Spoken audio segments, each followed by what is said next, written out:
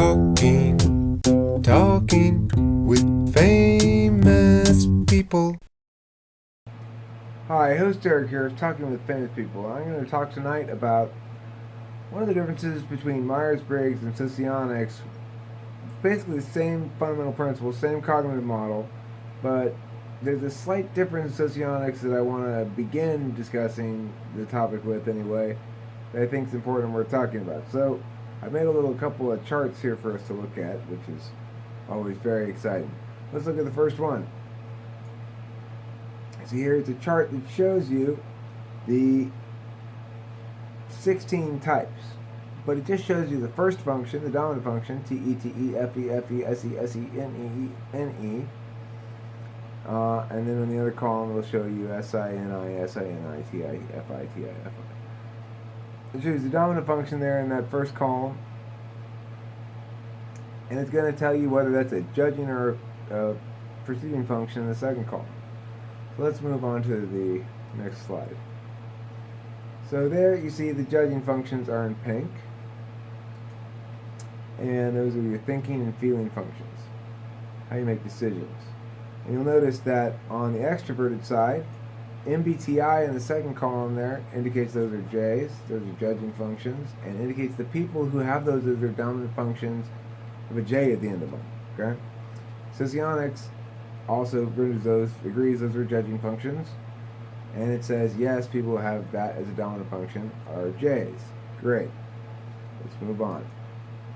Next, down at the bottom, Socionics says now introverts, you also have judging functions as your dominant function sometimes. If you are TI or FI dominant, then you are going to have a judging function as your dominant function. So we're going to call you J's as well.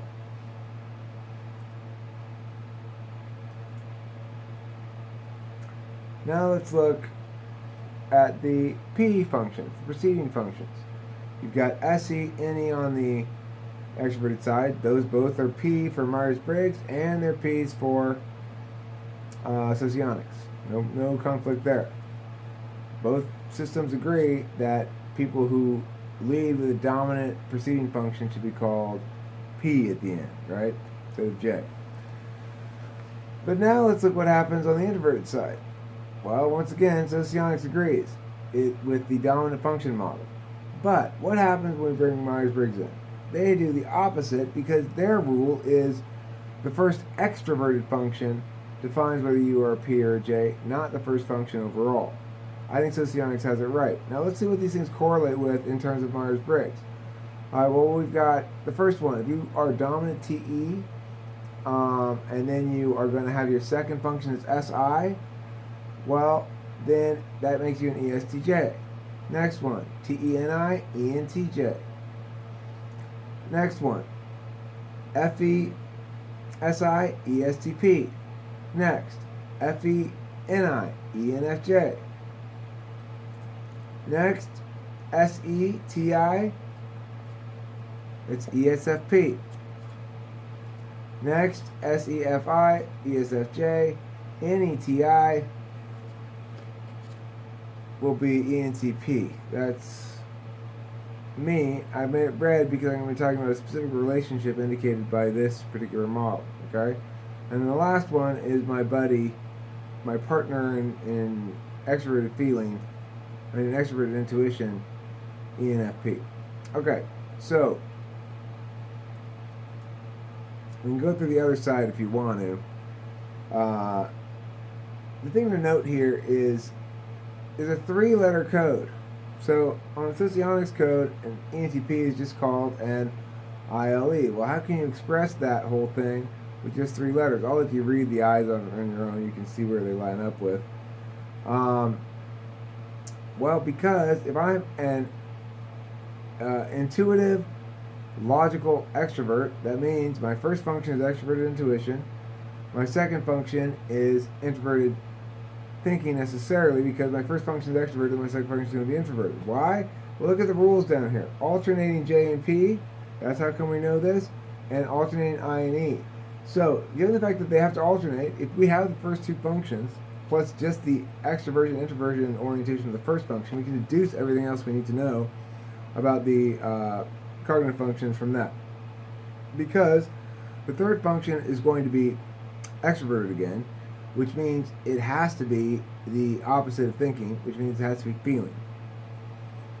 Alright, so when you look at these rules down here, you can see why the 3-letter code works. It makes more sense to call me a intuitive, logical extrovert than it does call me an ENTP.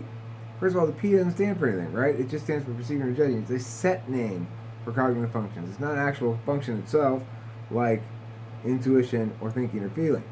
The N and the T, okay, well, great. It tells me all I need to know in the Myers-Briggs as well, but it misleads. Why? Well, because look, let's get into the next part of this thing here, where it shows the two personality types I'm talking about, the ENTP and ISFJ personality types. Now, in the Myers-Briggs model, it's called an ISFJ. The Myers-Briggs 4-letter thing, you would think, wow, this person's my exact opposite. She's an introvert, I'm an extrovert. She's a sensor, I'm an intuitive. She's a feeler, I'm a thinker. She's a judger, I'm a perceiver. But that's not the case at all. We are not exact opposites, ISFJ and ENTP. In fact, we're exact complements. Now, this duality model that Socionics talks about, you'll see with the ISFJ personality type, which is what they're called in the Myers-Briggs nomenclature, which I'm going to stick with because people are most familiar with that. Looking at this duality model, then, is the last thing we want to talk about. Notice why this works so beautifully. Why should this person and I get along so well? Well, my weakest thing, SI. Why am I a big mess and yada yada yada? Well, it's something I admire is people who have their shit nice and tidy and stuff. Something I could sure use some help in. This person leads with that. Likewise, with NE, it's their version of my messiness. Here's what they do not like at all. Playing it by ear, figuring it out as we go. They don't like that. But not because they don't get it, not because they don't understand it. It's in their conscious stack. They're aware in the same way I'm aware of my mess, right? But they don't like that and they're not comfortable with it. They want clearly laid out plans. They want to know where it's coming forward and stuff like that.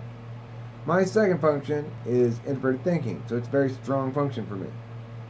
Their third function is introverted thinking. It's what I would consider an aspirational function. Like my thing that I really would like to be good at, as opposed to this messiness shit, right? I don't really want to be good at that badly. I mean, it's like I want it to not be in my way, but I don't really embrace it as a virtue, you know? The ENTP does not come very naturally to the extroverted feeling third function. It drives us. We aspire to be good at it.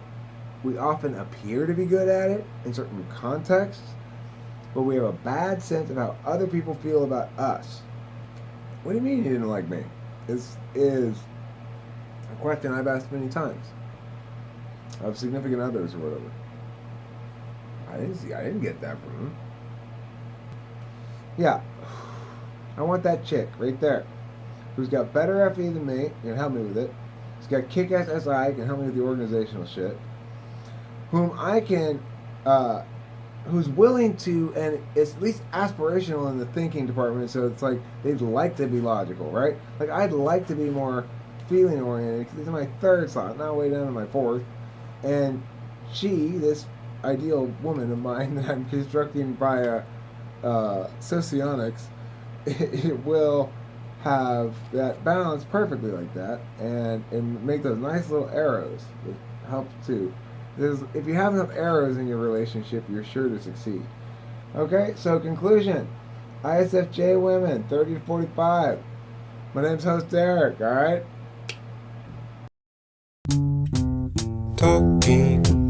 Talking with famous people.